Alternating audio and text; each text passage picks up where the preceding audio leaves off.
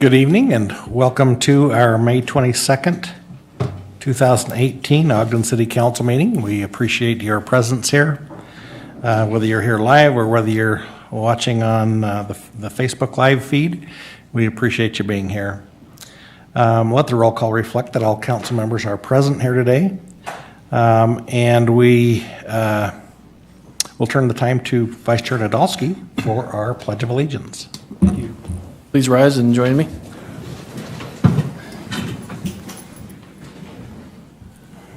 Pledge allegiance to the flag of the United States of America and to the republic for which it stands, one nation, under God, indivisible, with liberty and justice for all.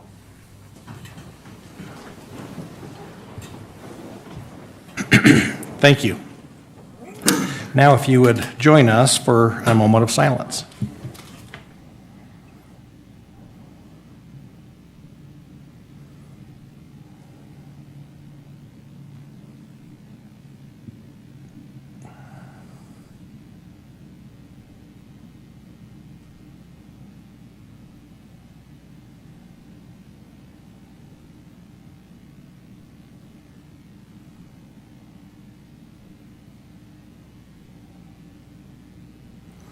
Thank you. The first item on our agenda today is a recognition of Jay Hill, and we've asked Councilmember Blair if he would make that presentation today. So we are all, he brought us all these jerseys, so that was a new experience for most of us, but and that's why we have them on. Yes, thank you, Chair Heyer. It's my honor to read this. It reads, the Ogden City Council and Mayor proudly recognize Weber State University's Jay Hill for providing invaluable contributions to the Ogden community. After a record-breaking 11 wins, a highest ever national ranking of 5th, a Big Sky championship, and the deepest FCS playoff run in program history, Wildcat football coach Jay Hill was named the 2017 Coach of the Year in the state of Utah by the Utah Sports Commission. He is the first Weber State coach to receive the honor since its inception in 2012.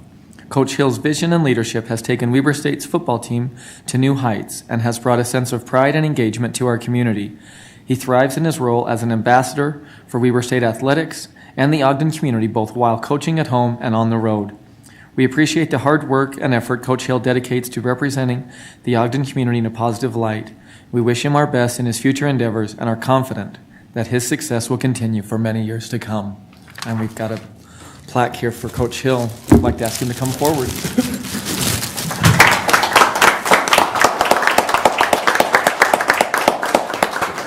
Thanks so much. Coach, we want to take some photos. Absolutely. Thank you again.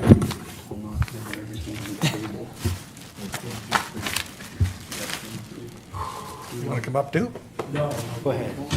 I'll take it. He's taller. He's shorter than the players. We all in it? Do you want him to move? Are you in? There you go. There we go. All right. Are you in okay? I'm in, yeah. Okay. I think we should all show a W, don't you? Yeah. Yeah, do that. Picture of you and your new recruits. Yeah. 2018 signing class. 1, 2, 3. I'll flash one more like this. Yeah. Whoa, wait. Oh, yeah. Hey, Coach, a little more.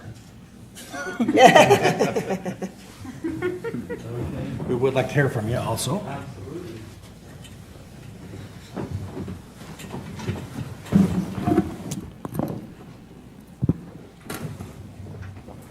Well, what an honor. I appreciate the recognition and everything that you guys have done for us as a city and the support that we receive from the council. I appreciate that.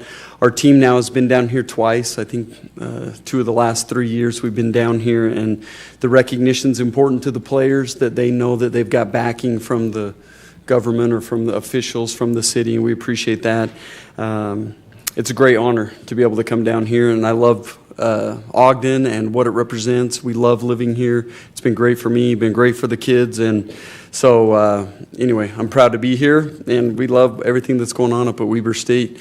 Today I just got off the road recruiting. I was doing northern Utah, but we started at Weber High School and went north. And man, it's just an awesome area to get out and see the local kids and the talent that we've been able to acquire, and most of it's local. So we're proud of what we're building, and now we just got to keep taking the next steps forward. So we appreciate this. Thank you.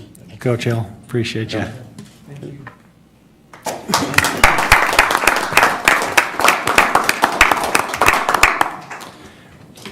We have a really exciting meeting lined up. You don't need to run off. Minutes are next if you want some. See you guys. Thanks again. The next item on our agenda is the approval of minutes of the joint work session of February 20th, 2018. Councilmember White. Yes, I have reviewed those and found them to be correct, and I make a motion that we approve those minutes. Second. We have a motion by Councilmember White, seconded by Councilmember Blair to approve the minutes. This is a voice vote. All in favor? Aye. Any opposed? Okay, they stand approved. Next item is a common consent part of our agenda. It's a appointment to the Ogden Diversity Commission, and so I'll look for a motion to approve the common consent agenda item. Sure. Go ahead, sorry. I make a motion that we approve the appointment of Marcy Taylor Rizzi to the Ogden Diversity Commission. Second. We have a motion by Councilmember White, seconded by Vice Chair Nadolski, to approve the common consent agenda and the appointment of Marcy Taylor Rizzi to the Ogden Diversity Commission. This is a voice vote. All in favor? Aye. Are there any opposed? I think that should fill up the Diversity Commission now, finally, right? Okay, the next item is our new business fiscal year 2019 budget presentation, and we'll welcome Ms. Janine Eller-Smith to the podium.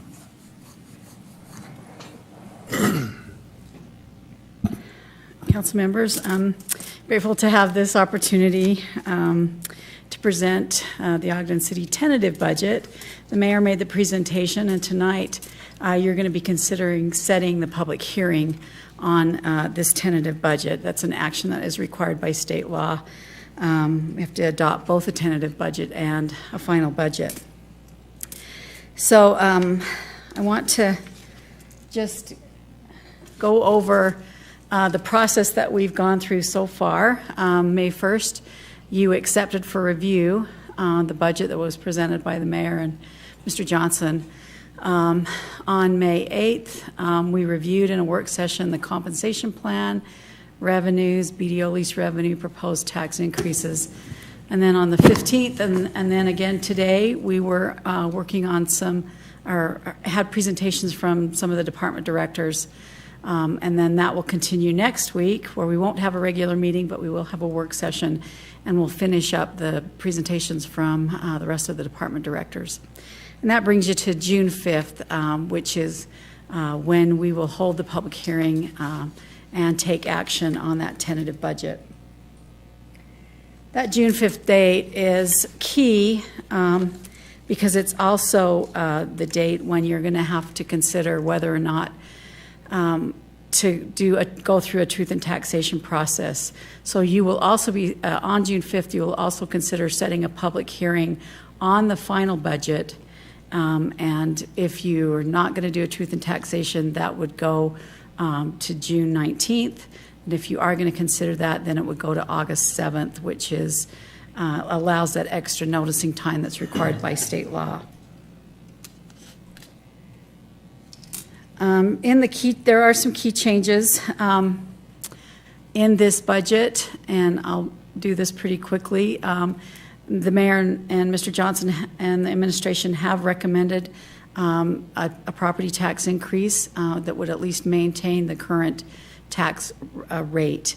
The revenues that would be produced by that tax increase are not included in this tentative budget.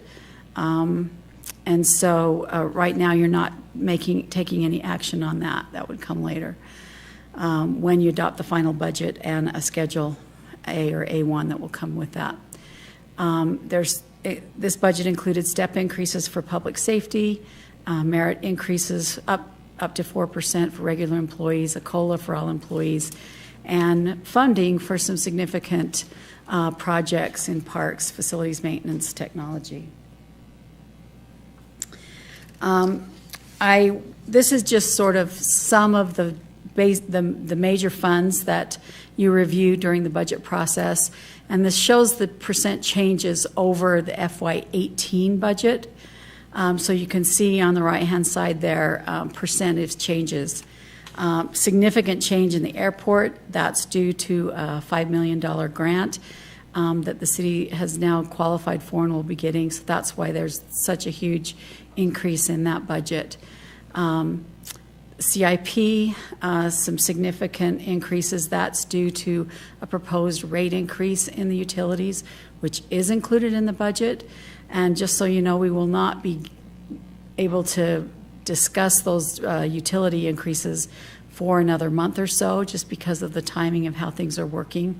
But just be aware that those rate increases are included in the budget. That general fund, just pay attention to that $2.3 million increase, just a 4%, because that's going to be significant in just a minute. Staffing details that are included, they are adding 14 and subtracting 5 for a net addition of 9 positions. And I thought that you might like to see what that does to the total employees per thousand. This isn't necessarily a great measure, but it is a measure against other cities. You recall that I did the research for last year. I didn't update the numbers for the cities we were comparing against. So those are 2016 numbers, which is that 8.92 employees per thousand average. That is skewed a little bit because Salt Lake City has about 16 per thousand. But you can see just adding those 14 positions, how it barely moves the needle on the employees per thousand. And that's because our population is increasing at the same time. So this is the proposed employee increases. And if you'll notice, it's got the general fund there is $1.7 million. Remember, the total increase in the general fund is 2.3. So the majority of that money increase in the general fund budget is for the employees. And so citywide, it's $2.3 million. One thing that is included that has not been included in the past is council health benefits and other employee benefits. Up until now, the council has not received health benefits. You receive a small salary, and you also receive a small retirement contribution. The city has a compensation committee, and they took a look at the council and benchmarked against these other cities that you can see up there, and determined that all of those other cities provide health benefits and other employee benefits to their city councils and make that available as a regular, just on a regular basis. And so that compensation committee recommended that the council receive health, dental, and life insurance options, and also if for some reason you have coverage through another employer, and you want to opt out, there's a small compensation for opting out. And the total cost of that is just a little over $69,000, and we're talking on a $183 million budget, so not a big chunk of money. Revenue highlights, we are seeing some increases in property tax. We have some expiring RDAs that are going to generate additional property tax revenue. Sales tax has been growing really well, thanks to work by our community and economic development people. Franchise and telecommunications are down. And then I just put up here, if in the future you decide to do the property tax increase, the comptroller's office has estimated that would generate another $827,000. So I went through the budget, I and my staff, to kind of identify things that fit into the council's priorities, promote active and healthy living, a significant amount of money in curb, gutter, and sidewalk, and it's not very sexy, for lack of a better term, but it's really something that's critical. And if our sidewalks are in good repair, that's going to encourage people to get out there and do a little more walking. There's money in park improvements and playground enhancements, money for bike master plan improvements, and for the tree inventory. And I wasn't quite sure where to put this in under your issues, but I thought that this might be a good one. They want to do the tree inventory, and this will help them make sure that the trees throughout the city are maintained in an appropriate way and keep them healthy. Developing multimodal transportation options. It's not in the budget, but the mayor's indicated that we have a grant coming from UTA to initiate the bike share program. And if you recall, we don't recognize grant funds until we actually get them in the budget, so that's why they're not in the budget. But those monies will be coming. And then there's some money for Centennial Trails acquisition and construction. And then I just added that also fits here is bike master plan and curb, gutter, and sidewalk projects. Fostering neighborhoods, community building. There's additional money for the Neighbor Up grant funds. We are working on a campaign to promote those. As you know, we finally issued a check for our very first grant and look forward to, I think that event's June 9th, and hopefully it's really successful for those neighbors. And again, curb, gutter, and sidewalk is so important for our community building. Community outreach and engagement. There's additional money for the planning department so that they can up their mailings and do another open house or two. And then the council chamber technology upgrades.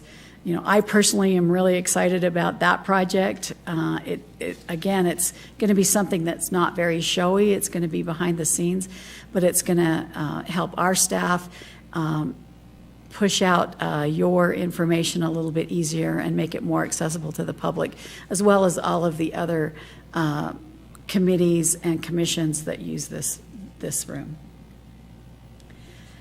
Ensuring fiscal sustainability and transparency. We just had a work session talking about the Enterprise Resource Program and what a significant impact it's having on the city. And while it's difficult right now, it's going to be a tremendous asset for the city going forward.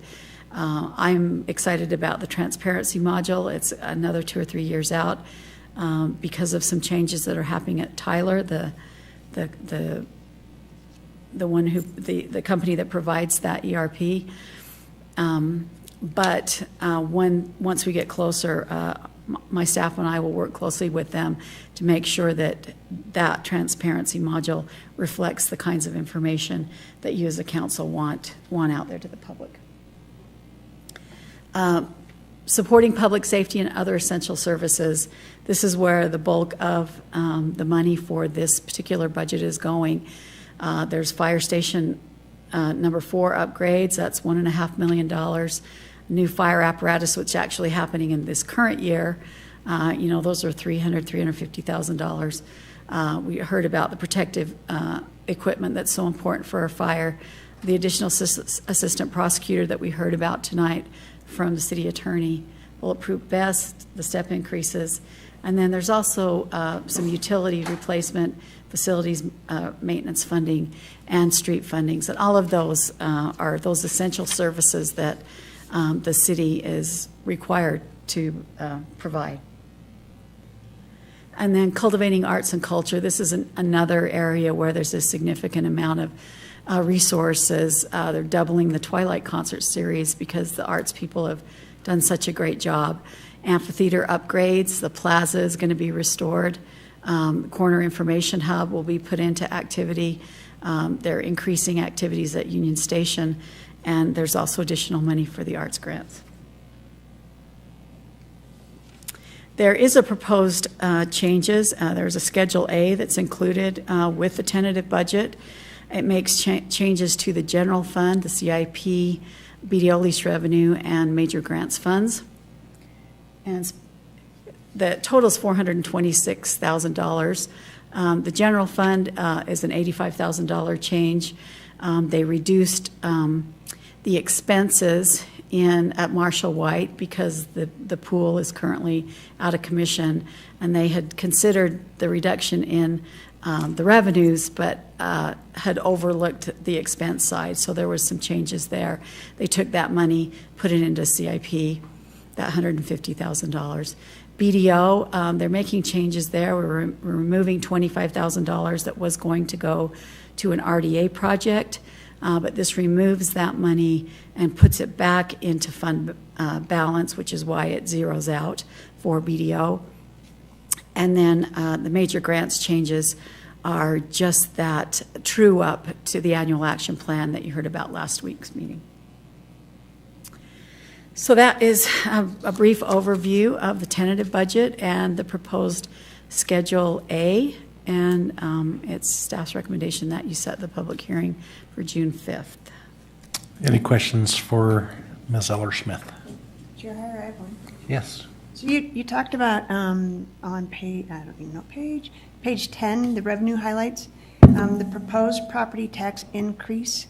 Are you saying that that's holding the certified tax rate the same, correct? Yes, Right? if you choose to maintain, go through truth and taxation and maintain the current rate, that's the estimate that would generate is $827,000 Any other questions? Wanted to be clear. in the budget right now. Yeah, I just wanted it. Yeah. Any other questions? Thank you. Thanks, Janine. Okay. Any discussion amongst council members? I think regarding the truth and taxation, that was something that the administration had proposed when they presented their proposed budget. I hadn't heard a lot of discussion from citizens or other council members contrary to the need for that. So I think I've assumed that perhaps that's what we're intending to do, is to entertain that idea. But anyway, let's go ahead and get a motion if we can. Do you have something? Just real quick. Yes, It please. doesn't mean that we will or won't. It does just means not. that we have Just- we're just- That's right. discussion. We're just setting the public hearing. Hopefully there is a lot of public input opportunities for the public to inject into this between now and then, particularly on June 5th. That's in 2 weeks, and hopefully we'll have some input for that for Can I us. go online to read the tentative budget then? The mayor's proposed budget is online. There's a link. There's a link there. Okay, so what's your pleasure? If you're ready, I will go ahead and make a motion that we adopt proposed ordinance 2018-9 and set the public hearing for June 5th, 2018. I second. Hold on. And it's just, we're not adopting, we're just setting the public hearing on that ordinance. Yep, so just set the public hearing. There's not adopting anything. Okay, Second that. all right. We have a motion by Councilmember Blair, seconded by Councilmember Stevens, to set the public hearing for June 5th on the proposed tentative budget. Is that okay?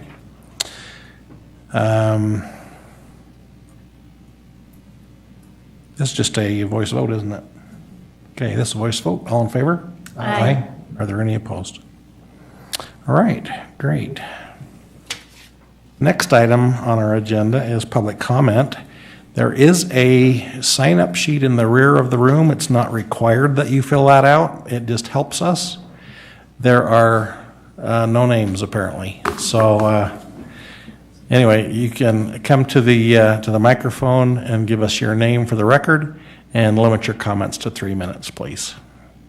Any takers?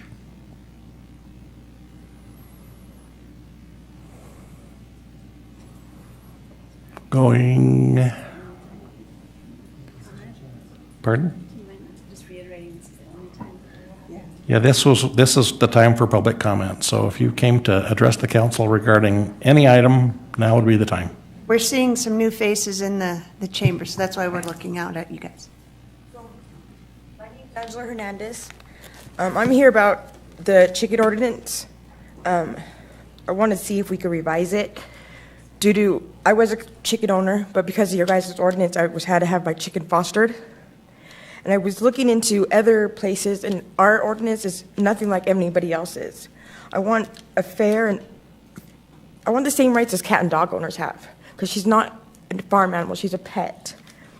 For example, I want to know why we have to have 2,000 square feet if the chicken must be in the coop at all times. That makes no sense to me. Also, why do we have to be a homeowner to have a chicken? You don't need to be a homeowner to have a cat or a dog. I'm not saying we're going to have a big old flock, just one chicken. If my owner says it's okay, I don't see why the city council should have any say-so in it at all. I'm going to set a formal date to challenge the fairness of this challenge and ordinance to make it more equal for the residents of Ogden. Thank you. Is there anyone else?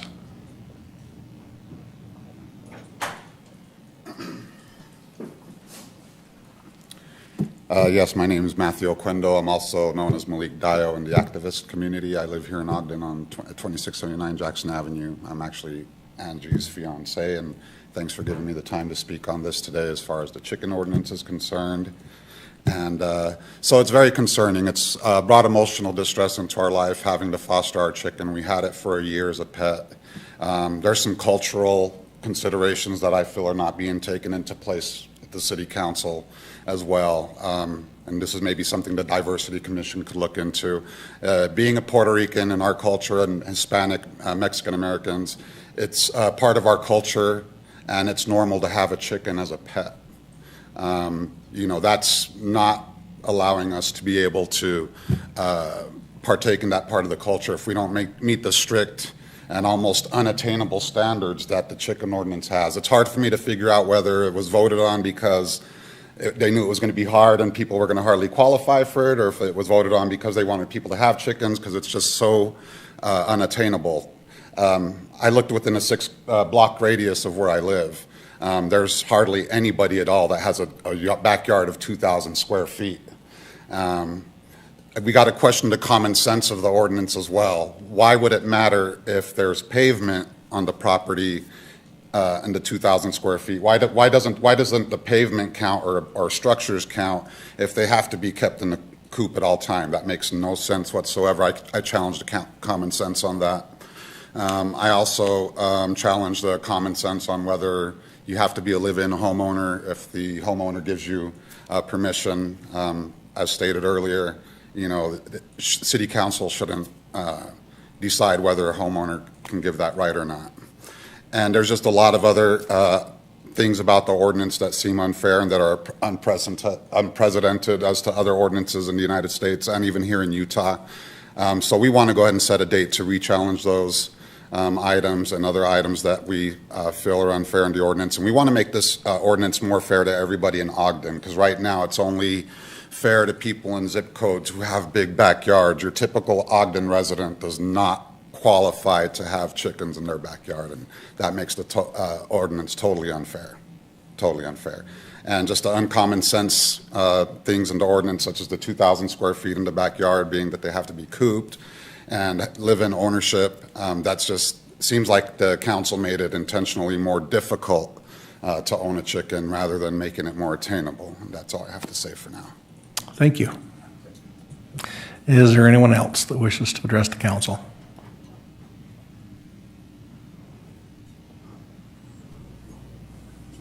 I'll take that as a no. Unless somebody's really wanting to talk. Don't want to cut you off. Okay, well, we'll move on. Comments. We want to excuse the mayor tonight, but we want to ask for comments from Mr. Johnson. Thank you, sir. To answer a question I was asked earlier that I didn't have current information, we currently have 17 who have licensed chickens, which is 92 chickens. So it's an average of about 5.41 chickens per application. We've had 78 chicken complaints to animal and code enforcement since December, and that has taken 18.2 hours to investigate. That may be more information than you asked for, but we're trying to be thorough. I would like to call attention to the many volunteers, city workers who put on an amazing marathon, and good weather doesn't hurt an amazing marathon. We estimate that we had thousands and thousands of people here on Saturday. It was an amazing day, and we're grateful to the Gold Foundation and to our own employees and the county employees who put so much effort into that. Since we won't have a council meeting, we'll have a work session before June 7th. I just wanted to remind you that June 7th is the first night of Twilight. Be the first of 10 concerts. I'm sure they'll let you in with your Weber State uniforms if you choose. But I think this year I'm told we have a great lineup, and I'm told because I don't know any of the bands that's a good thing. That means that they're good and they'll be popular. So we're really excited about the Twilight this year. One last thing, if you haven't plugged in May 9th and 10th and 11th and 12th for next year on your calendar, please block it out. We have a running clock down at Union Station doing the countdown towards the 150-year celebration of the driving of the Golden Spike. The festivities will be many that will be here during that time frame, and so I encourage you to block out those days on your calendar so that you can have fun being involved in the festivities. May 9th, most of the festivities will be here in Ogden. The Big Boy Train, which if you don't know much about trains, is a novelty. It's one of the great trains. There's only 2 of them like that anymore, and the Big Boy, amongst other trains, will be here. The estimation is there'll be probably 25 to 30,000 people a day that will be coming just to see the trains. Union Pacific is kind of bringing the who's who of Union Pacific here. Southern Pacific will be here for a trade show. There'll be a lot of fun things. Hopefully you'll go up to Promontory on the 10th, where they reenact the driving of the Golden Spike. My understanding is the Mormon Tabernacle Choir will be singing up there. It'll be quite a festive event. So we're a little ways out, but there's a lot that's going to be happening, and that'll be a big weekend for Ogden City and for northern Utah. So it's something to look forward to. That's all I have. Great, thank you. Council members, any comments? Councilmember Lopez. Thank you, Chair. I have a question for Mr. Johnson. You mentioned complaints were how many? 78 since December. And do we know before that, when we didn't have an ordinance in place, what kind of average were we getting of complaints? I don't have that information tonight, but I can get it. Thank you. Always ask a question I don't know the answer to. Thank you very much. I'm just curious to know if before we if it's gotten more or less, yeah. More or less. And then we'll find that out and get that for you. Maybe even try to find out maybe why. Sure. Thank you. Thank you. Any other comments, council members? I thought the marathon was one of the great events, and Mark Saul ran in his first 5K, and he had some comments about that. He says, "I'd love to be able to say I felt this amazing sense of accomplishment wash over me as I approached the finish line of my first race. But all I realized was the exhaustion. I couldn't savor the moment as barely remembering crossing the finish line. I do remember stopping hands on knees, asking one in particular, 'Is it over? Am I done? Can I stop?' The sadistic answer came from the medical camp. 'No, we need to keep moving so you don't get sick.' Keep moving, I thought. Beyond the finish line? Did I not sign up for the 5K, not for the 5.1K? Listen, if I wanted to keep moving past this point, I would have signed up for the half marathon." Then he commented that the Gold Foundation made a great effort, and it was a great event for us, and they did an outstanding job. But he first had that experience in, I guess, his bucket list. He said as he approached the finish line, he felt like is this a real good experience for me? And then into the race, about halfway, he says, why am I here? Why should I be subject to this type of situation? But that was the experience that he had, and I'm sure everyone else had a great experience. Thank you. Any other comments? Okay. I'll look for a motion to adjourn. Motion to adjourn? Second. I have a motion by Councilmember Lopez, seconded by Councilmember White to adjourn. All in favor? Aye. Any opposed? All right, that's a wrap. Thanks for being here, everyone.